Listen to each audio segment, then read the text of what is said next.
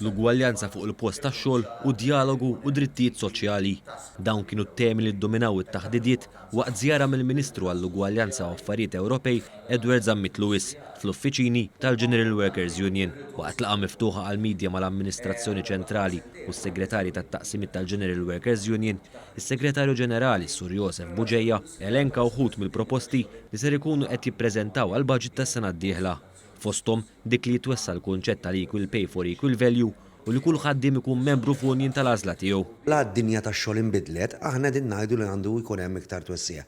Qegħdin nitkellmu wkoll dwar li jkun hemm kull ħaddiem ikun membru f'union tal-għażla tiegħu, hemm diversi mudelli fl-Unjoni Ewropea li ma jimpedux il-free association, inti l-kunċett tal-association tiegħek jekk trid tingħati jew ma tridx tingħaqad, imma hemm mudelli kif jista' jsiru. Is-Sur Buġejja semma wkoll proposti oħra bħal dik li tissejjaħ ir-right to disconnect li permezz tiegħu il-ħaddiem ma jkollux l-obbligu li jħares lejn l-affarijiet tax-xogħol meta jkun bil-frank.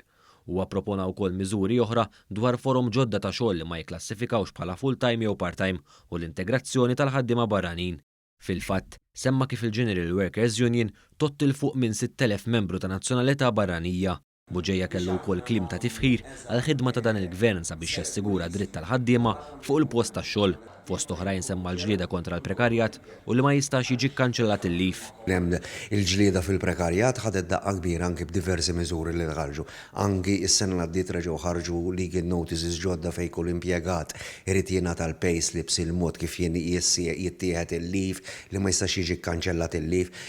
Il-Ministru Edward Zammit Lewis tenna l-impenn tal-Gvern li jkompli jsaħħaħ ir-riżorsi u jinvesti fid-Dipartiment tar-Relazzjonijiet Industrijali u tal-Impjieg biex jiżdied l-infurzar effettiv kontra l-abbużi waqt li tiżdied ukoll il-protezzjoni tal-kundizzjonijiet tax-xogħol tal-ħaddiema kollha.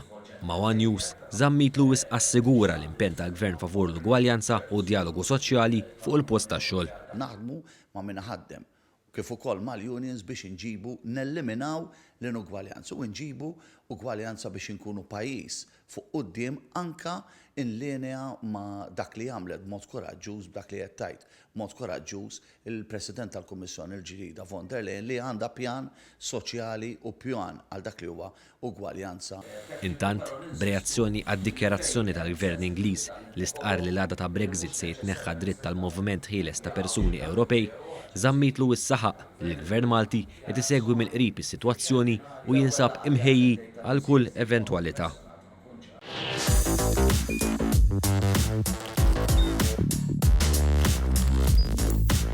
Idħol fuq one.com.mt u hemmhekk tista' tara l-programmi kollha li jxandru fuq One permezz ta' One Play.